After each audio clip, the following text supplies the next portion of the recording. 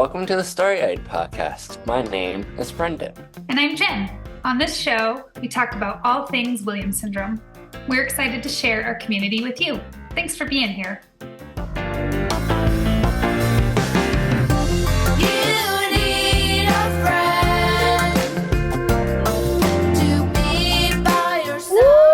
Yeah, so lucky and so grateful to have those, people like that on our side, Yeah, I don't think I've ever chatted with them in person. I did say in the podcast that I heard Dr. Kozel talk and I was like, oh my God, like, wow. And then, sometimes that happens at convention. You get so much information and then you come home, some of it you say and some of it you use at a later date. Mm-hmm. But when she mentioned mice, I was like, oh yes, that's right. Yeah. I remember the mice. Yep. The mice conversation. Yeah. So I'm going to go back and look at those notes because I had a lot of notes from presentation. But sometimes you can feel like medical people are like, we started off the podcast saying like, oh, we're all so smart. And then I was like, no, we're not all smart. There are two people that are very, very smart.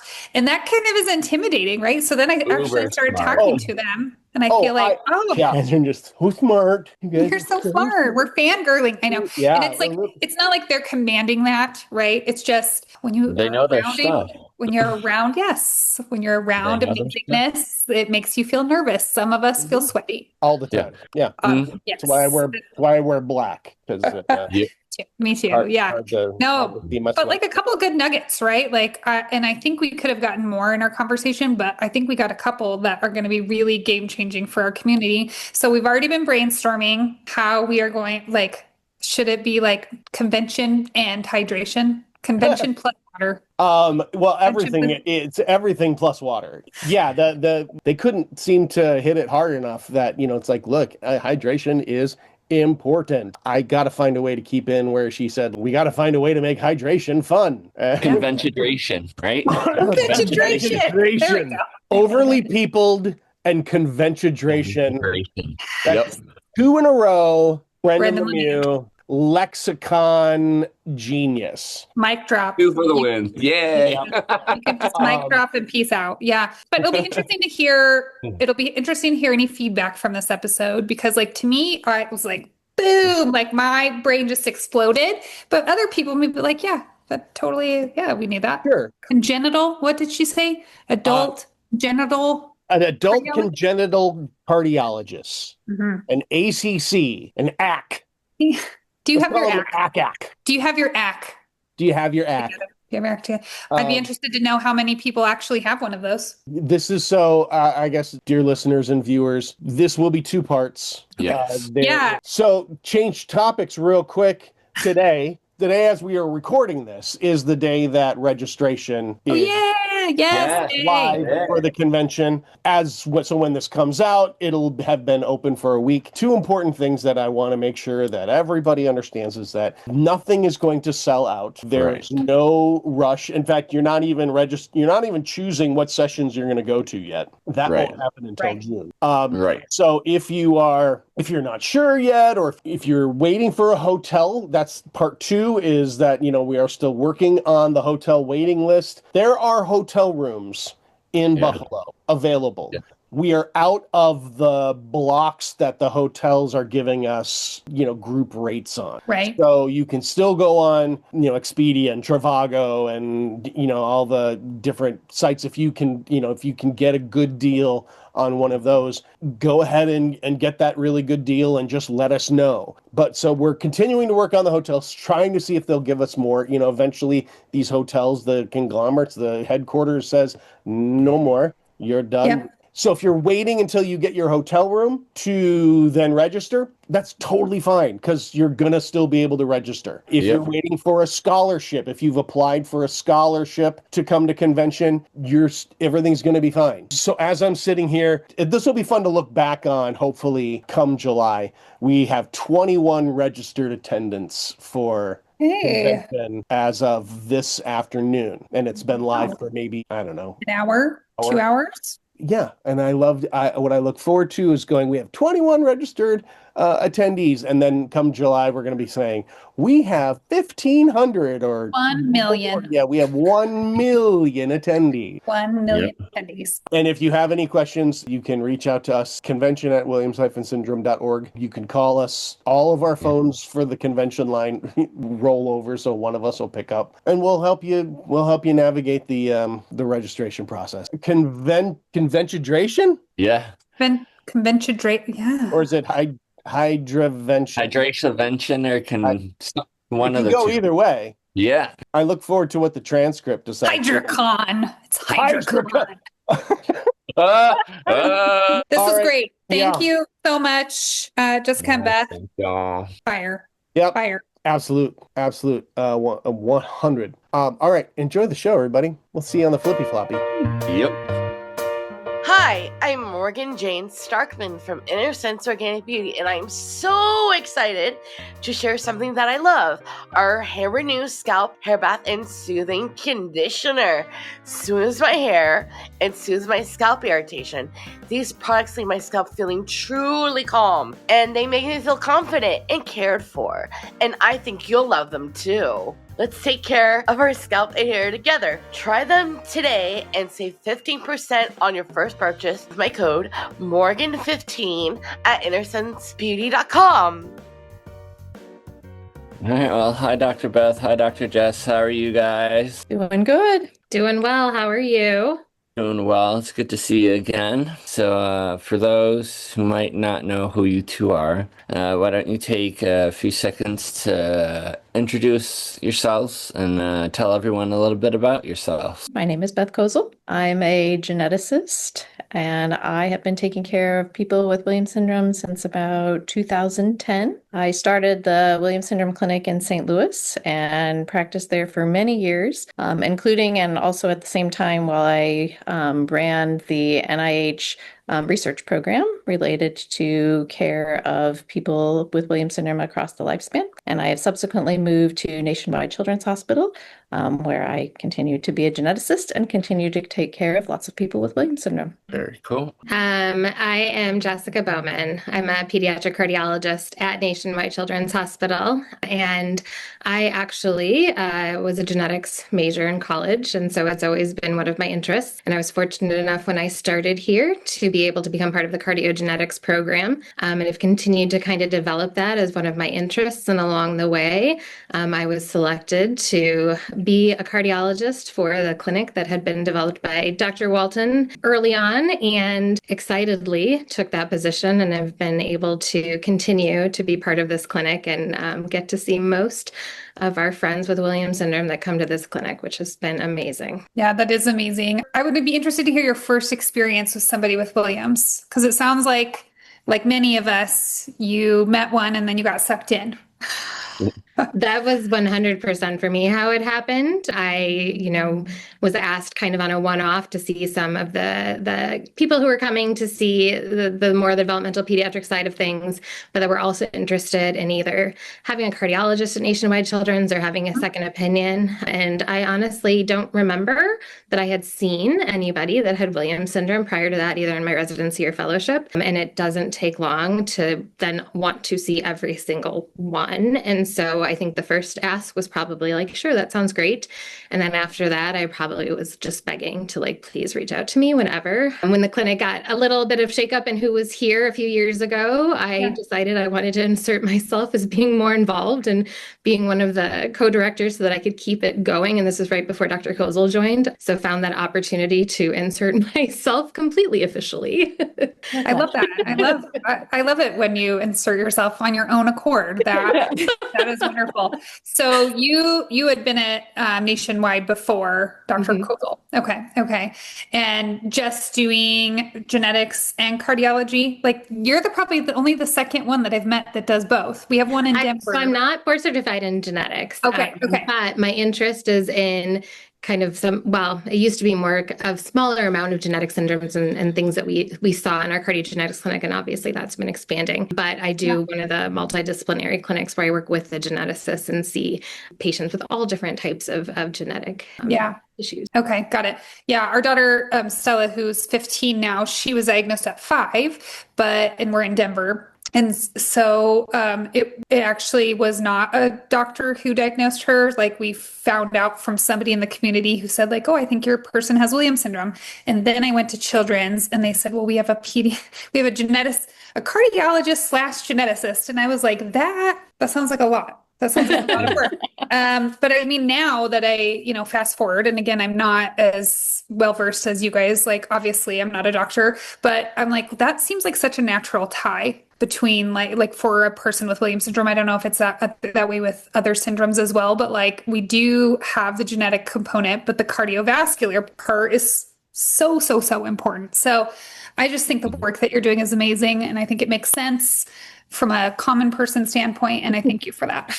How about you, Dr.? We are a good complement of each other because Dr. Bowman is a cardiologist who dabbles in genetics, and I am a geneticist, and all of my research background is in cardiology and vascular biology. So we speak the same languages in an overlapping kind of way. Yeah. Do you get to like double dip too then? Like exactly. On the Okay, that's cool. Yeah. How about your first experience with somebody with Williams? So when I was in training, my PhD is in elastin biology, and so studying connective tissue of blood vessels and elastin insufficiency as it relates to sort of vascular health. And so as part of that, when you do an MD PhD program, you do medicine, and then you do your PhD, and then you come back and do the clinical part of your medicine. But in that PhD part, we spent time in clinics just to learn about how different parts of medicine work while you were doing your PhD work. And so I spent some time in cardiology clinic as part of that. And obviously, based on my sort of research interest, got the opportunity then to meet people with Williams syndrome as a part of those clinics. And then it was too perfect. And so just stayed there. Oh, that's amazing. Elastin biology. That was like a subgrouping of biology that you could study. How did you get that to that point? When you do a PhD in general, you study with the person, a mentor that studies a particular thing, and you do rotations through a bunch of different places. And I ended up with this person, Bob Meekum, who is an expert in elastin biology and a very great human. And so it turned out to be a good match for where I ended up staying long term. Oh, that's amazing. And how many patients do you guys think you've seen now at this point, like individuals with Williams syndrome? I mean, I'm sure patients overall a lot, but... Can I go first because her answer is going to blow mine out of the water? Yes. I probably have seen 100 to 150. Okay, that's a lot. Okay. I think my note is probably somewhere between 400 and 500. Okay, 400 and 500. Yeah. Well, I mean, it just speaks to the scope of like how rare the disease is still, right? Because there's just not that many. There's not that many people with Williams syndrome. But you get to see a lot of them at convention, which is exciting. I had an opportunity the last convention to hear one of your talks, and I was blown away by it. Just what kind of the detail that you were sharing. I'm not going to remember exactly what you talked about last time, so maybe you can refresh me. But it was amazing. I just think having people that study Williams syndrome and really are able to focus on the issues that we have and providing care throughout the lifespan is so important.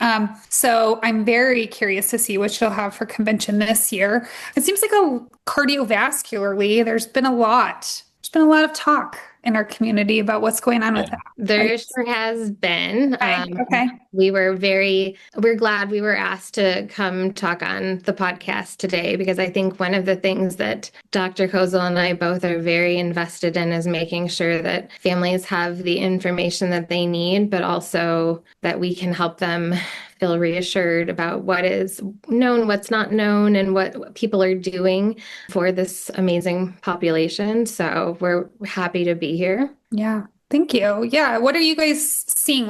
So again, cardiovascularly, we're seeing or hearing a lot in the news about stuff happening cardiovascularly with our people, sudden deaths, sudden issues, heart-related issues. Some of them, obviously, we're learning have maybe a different reason. Some of them are unexplained. How does that impact you in the work that you are doing there at Nationwide? So one of the things and actually this is another brilliant idea that Dr. Kozel mentioned, is just starting with what do cardiologists look for?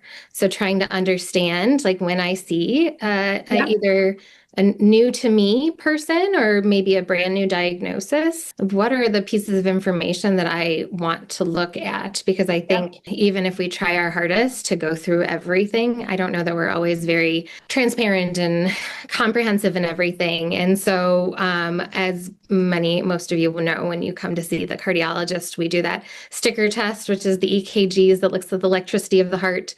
Most of the time, there's some kind of imaging. Often that's the echocardiogram, which is an ultrasound of the heart. And I think of that as more looking at the plumbing system. And then there's a variety of other testing that you may get. And so when I am first trying to figure out, what do I need to know about this person and their heart? If I start with the EKG, I want to make sure that I'm looking at something called a QT interval is one of the things that we look at. And a lot of people have heard about that. And that is just the time that from the heart squeezing to the time the heart is done relaxing. And then there's a variety of other things we look at that EKG, because even though there's data out there about things that we see more commonly in somebody with Williams syndrome, we have to make sure all the other things are also looked at. So looking at their rhythm and evidence of sometimes you can tell the heart's a little bit stressed out on those EKGs. So we're looking at all of that. And that's usually the first thing we look at. And then when we're looking at the echoes, the kind of biggest thing we're looking at is those big blood vessels. Everybody wants to know, what does the aorta look like? And then there's also the pulmonary arteries. Those are the bigger vessels in the heart that we can see very well on echo. We also look at the squeeze of the heart. So looking at the heart muscle itself and making sure that it squeezes well and it relaxes well. And then we wish we could see all of the little blood vessels well, but unfortunately that's not always the case. So we can do our best to see some of the itty bitty blood vessels like the coronary arteries, which are the main arteries that come off of the aorta and provide blood flow to the actual heart muscle itself. Sometimes we can see those and sometimes we can't, because sometimes, especially if our patients are very little, they don't necessarily want to stay still for it. Yeah. And that is like looking at kind of the big things that we are between the EKGs and the echoes. And then there's other data we might collect. So people sometimes do heart rhythm monitors, which are different types of stickers that you wear for anywhere from 24 hours to you can do them for 30 days. And that's just looking at any funny heart rhythms that people have. So that's all the data that we can collect and that we can see. But there's a lot of things that we know may be different about somebody that has Williams syndrome that we may not see. And that's a little bit harder to exactly tell somebody, well, you might have an echo that looks really great. Like your echo today, we don't see any narrowings. But we know just because you have Williams syndrome that your blood vessels are not normal, and we can't always see all those little abnormalities. And so also making sure people realize that what we can see in the big data that we have, this is how it looks. But we need to keep watching, and we're going to continue to see you forever because there may be things down the road that we need to be aware of. Yeah. I mean, that makes sense. So, and I can only speak from a parent perspective, but you see these comments coming out, and even though like logically you understand that there's many different factors that lead to, an event happening that's resulting like in a death, you just feel a little frantic as a parent, and you're like, I want to make sure that I've done everything I can to make sure that we've checked all the boxes, right? And I was even joking with somebody recently, like you guys have probably already seen it too, like many parents are like, we need to buy AEDs. Like we're all out there looking for an AED to have in our house. And it's like, is that effective? I don't know. But we're all just like grasping at whatever we can to make sure that we've, like I said, checked all those boxes. Stella just did a 2-week sticker. Did you call it? I thought it was like a EKG. Zeo. Pulse monitor. Yeah. Yeah. Well, now they're little. It's just so little. Yeah. And that thing was stuck on there. Holy cow. I hate the stickers. The stickers and I have such a bad relationship because I get a really bad allergic reaction sometimes. So I end up with like big red welts across my chest. Yeah. Oh. Well, and Brandon, you probably used to have to wear the big like purses, fanny packs. That's what I remember. Yeah. It's not like that anymore. It's like a little sticker. Yeah. It was very, and so I had heard this idea, right, of like, we've always done our annual checkups and everything seems fine. But then somebody said, well, there's kind of this theory out there that, there's the stuff we can't see, right? Or that maybe that one day we check your heart is not visible. So another opportunity is to do this monitoring. And it was for 2 weeks, which they also said in 2 weeks you may not see anything, right? So great if we catch something, but that may not mean anything if we don't. I thought 2 weeks was going to be challenging, but it was so small and inconspicuous that it really wasn't. So I don't know if that's like a protocol that you guys are recommending for the community, but it is something that we did here because I'm a panicked parent. I mean, I think it's important to note, sort of like Dr. Bowman said, that there are a lot of things that your cardiologist is thinking about when they're seeing you. And some of those things don't make it out of their mouth, but is sort of part of the mental math that they're doing when we're looking at you. I mean, we ask you to get your blood pressure taken on this arm and this arm and on this leg, and you're doing math between this side, and we're doing math between the top number and the bottom number, because that tells us a little bit of something about stiffness. And we're sort of doing this whole big sort of mental calculus of putting those pieces together as we think about health. And it really never is one single thing that sort of is the thing. It's this sort of gestalt of sort of putting all of the pieces together. So my group on a research basis has spent a lot of time looking at some things that we don't measure a lot clinically that have to do with sort of the stretchiness of blood vessels, their stiffness, as well as the ability of blood vessels to sort of open and close to move blood to different parts of our body.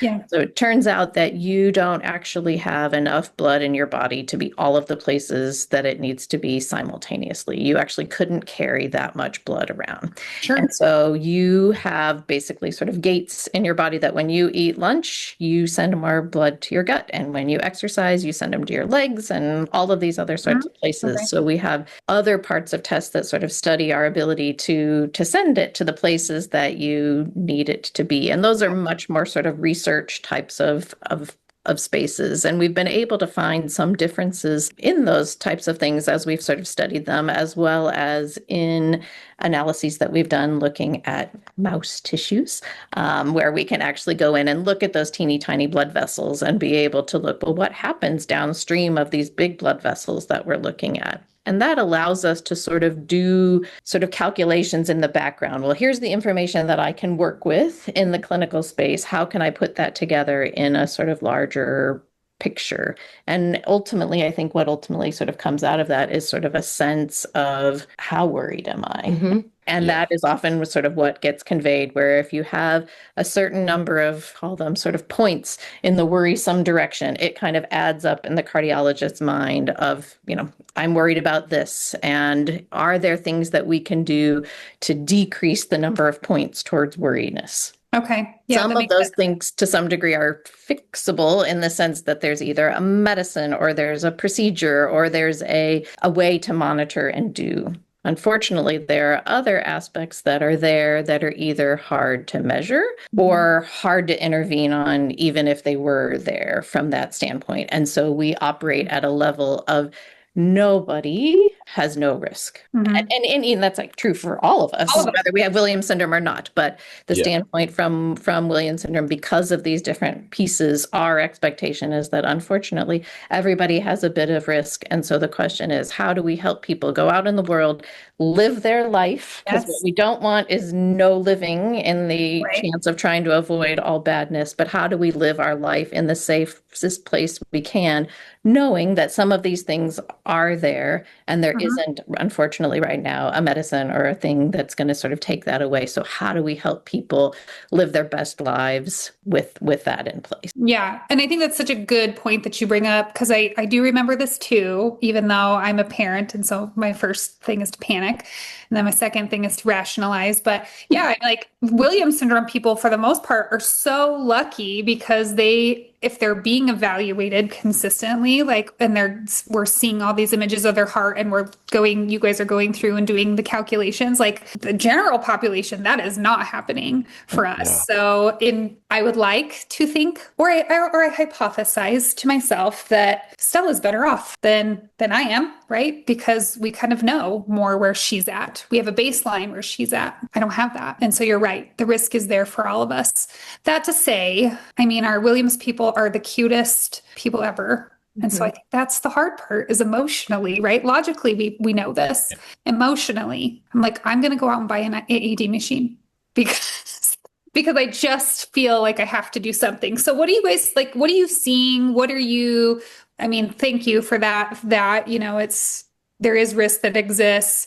We are hopefully doing everything we can. Is there anything that you're working on or things that you can share with the rest of the group that would help ease this community strain? I think one thing, just quickly going back to your question about the heart rhythm monitor, and is that becoming part of the protocol? And I want to say very much, because not everybody's going to tolerate wearing that sticker. It's helpful, and there's definitely data we can get from it. But like you said, it is a snapshot, and sometimes we only get maybe a day or two of data from that. And sure, it's helpful, but I don't think that it is going to be the kind of end all be all of helping us determine, oh, I do think that, your family member, yourself, you're at a higher risk and we need to have that AED at home. And so even just to reassure parents who are like, my child can't do that. I don't know that it is the necessary thing if it's we're not there yet. Possible. I think if you're doing all the other things the best that you possibly can, and we can talk a little bit more about some of the things Dr. Kozel and I have talked about, like how could you just lessen risks? You're not ever going to eliminate them,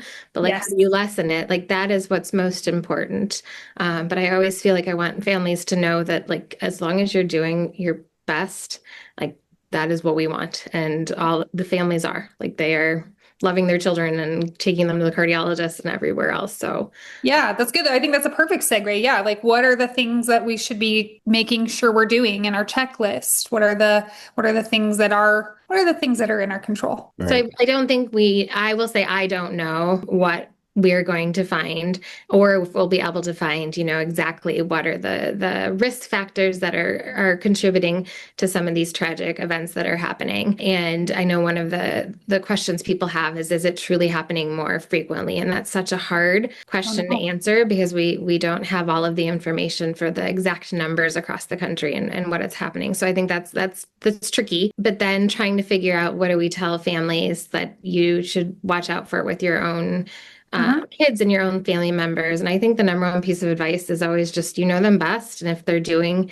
something that seems off or different, call your cardiologist, ask them, and just to make sure that there's no reason to bring them in sooner. When Dr. Kozel was talking about having like a difference in how your vessels stretch and can accommodate fluid, we think it's important that people are very well hydrated, all people being very well hydrated, but it may be even more important in our people that have Williams syndrome. And so that's an easy thing to ask people to do. Not always easy to get your kids to drink. Let me be honest. Oh, no. Okay. Yes. Something that makes sense. Like if your child is well hydrated and their body is working a little bit hard just to make sure they're getting blood flow everywhere, it makes it just a little bit easier for their body because they have that everywhere. Versus if maybe you're a little bit dehydrated, then you're just not going to have the blood where you may need it to go. So yeah, so I always think about hydration for my Stella in the sense of GI, right? Because we have some constipation problems. And so it's like, if we're more hydrated, then sometimes that makes those issues less pronounced. But I hadn't thought about it in the way of like the cardiovascular stuff. So we need to hydrate. So if you think a little bit about, and you were talking a little bit earlier about plumbing to a certain extent, and we were talking a little bit earlier about getting blood where it needs to be. If you think about from the standpoint of Williams syndrome, we always think about like the SVAS, the sort of pinch of the stenosis. But in general, some people have that. Some people just have a generally more narrow vessel. And if you look across all people with Williams syndrome, pretty much all people with Williams syndrome, even people who don't have frank SVAS, have a generally narrower blood vessel. If you just take them by average across a group, everybody's at least a little bit on the small side. And so when you can imagine that if you are sort of squeezing your heart and you need to get blood from here to your big toe, your heart has to sort of push a little bit harder to get through this sort of narrower, stiffer tube. And it gets used to that. And that's why sometimes hearts get a little bit fuller because they're exercising more, needing to push. And that's something that we need to work on. That's something that we have to think about from a blood pressure standpoint. And we're trying to find this sort of happiness place where the heart is working hard enough to get blood to your big toe and to your brain and to all the places that you need it, but not so hard that it hurts it. And we're trying to do this sort of dance between, what is the right amount that we want that heart to work? What blood pressure do we actually need to get from here to there? And to some degree, having sort of full tubes in terms of having your blood vessels full helps make sure you can get blood and enough oxygen to all of your parts when you need it. Yeah. And I think when you go back and you look at all of the data from whether it's case reports or people that we've taken care of or heard of who've had either a near miss event or an actual event associated with a cardiac problem, the bulk of the information is associated with a person that for one reason or another has had an abrupt change in their blood pressure as part of it. It isn't necessarily all of it, but that is definitely something that can be contributed to by your sort of hydration status. So Okay. So number one, hydrate. Okay. But like I said, it is a difficult thing. Mm-hmm. It's an easy thing to say and a hard thing to do. And so, the balance between doing this and maintaining your sanity as an individual or as a family member trying to do that can be complicated. I feel like it works for everybody, right? Because I struggle with hydration. So it's like we all could share in the hydration. Yes. As I'm drinking I have hot water with lemon and it's not 2 coffees. It's hot water with lemon and a coffee. Balance each other out. Very good. Yeah. Okay. Brendan, are you good at hydrating? Are you a good hydrator? Yeah, I think so. I have at least maybe 2 to 3 water bottles a day. You're good. And I also drink, some of the sports drinks that have like electrolytes and coconut water and things of that nature. I also try to eat right as best as I can, which does help with digestion. Fruit at night sometimes is a fiber. Yeah. All those kinds of things. But I try to stay as hydrated as I can. Okay. No, it's good for all your parts. Mm-hmm. No, it's good for you have more beautiful skin and all the things too. So less skin problems, That's right. So the theory is, if I can interpret what you're saying correctly, is like if our blood is more hydrated, it's kind of easier to move around where it needs to go in the body. Hopefully it helps manage that blood pressure, keep it less erratic. So one of the things that happens She's like, no. is kind of but she'll be kind about how she's. I know. Look at how graceful she is. It's okay. It's okay. No, I mean that's part of it. But there's an interesting part that I think that we often don't think about as much. That's related to the stiffness part of it. And so again, our heart pumps a big bolus of blood comes out, and then part of the blood actually sort of bounces into the side of your blood vessels where they branch. So you have branches to go into your arms and your neck and all your parts. But there's a portion of the blood that sort of hits that branch point and bounces backwards. And it is that blood's job to actually feed the blood vessels of your heart when the heart is relaxing. Because you can't get blood into your heart when it's squeezing to pump. You can only get blood in when it's relaxing. And so there are some differences. When blood vessels are stiffer, that blood moves faster and it bounces back faster. And so the timing for when that blood gets back and can get into the blood vessels of your heart is a little bit different in people with Williams syndrome because of the stiffness of that blood vessel. And so again, when you sort of challenge that system by basically not having enough fuel in the tank, that sort of closeness of the sort of timing that you need to get that blood into the blood vessels in your heart is just a little bit more challenged. And so make sure that you have sort of nice, plump, juicy vessels so that you're getting that blood back in to feed those coronaries is important. And so it's important for getting it to your big toe, but it's also important for getting it to your heart, getting it to your brain. So all of your important parts. But it is a sort of complex interaction between what your heart is doing, what the stiffness of your blood vessels is doing, what the sort of twistiness of the blood vessels in your heart is doing. It sort of all works together in a complex way, but ultimately, like I said, having a full tank helps most of the things. Yeah, and I know I've heard the hydration thing when people with Williams are going into surgeries. And the way I've heard it before, again, you guys is like so funny. I'm explaining it in mom words, not in any professional language, but what I had heard, could be right, could be wrong, is like, because our arteries or whatever we're calling them are more twisted, the people with Williams syndrome are more twisted. That's why the hydration is important, because like when you have the anesthesia, right, you have to have enough to kind of push it through, right? That you don't want something to stall out. Makes sense of what I just said. But then you think about it like what you're saying, right? Which is like getting blood from your head to your toes and then getting it back into your heart. Because I'm learning something new. I didn't know it had to go back in to do its job, right? Like the hydration piece isn't really just for surgery. It's really critical for every day, all the time. Yeah. So okay. And part of when you think about with surgery, we always think about the more risky part is actually the induction of surgery, or when they're putting the person to sleep. Yeah. Because they lower blood pressure. That's how all the medications we use for anesthesia lower your blood pressure. And so part of the hydration, if you start off with a full tank, your blood pressure is going to be higher. But if we let you say, don't drink all night long, and we don't give you any fluids at all, you're going to go in with a lower blood pressure, and then we're going to lower it further. And so that kind of is similar to what we're talking about in just day-to-day life. If you stay well hydrated, you're going to have a better blood pressure. And we actually are usually happier to see a little higher blood pressure than a lower blood pressure when we see people, which adult cardiologists, I'm sure, would be like horrified at. We're like, yes, you're at the 90th percentile, you go. But and I guess the other thing to think about is not just even pushing hydration, but if you get into a situation, you're worried that your family member, your child is getting dehydrated, just to know, like, you get help for that too. Because if you're having terrible diarrhea or throwing up and you can't keep them well hydrated, that might be a time where you just want to make sure, do they need to get some extra fluids, or is there a way we can push fluids? And that might be even more critical than trying to monitor how much your child is going to drink every day, because that could drive you insane. Yeah.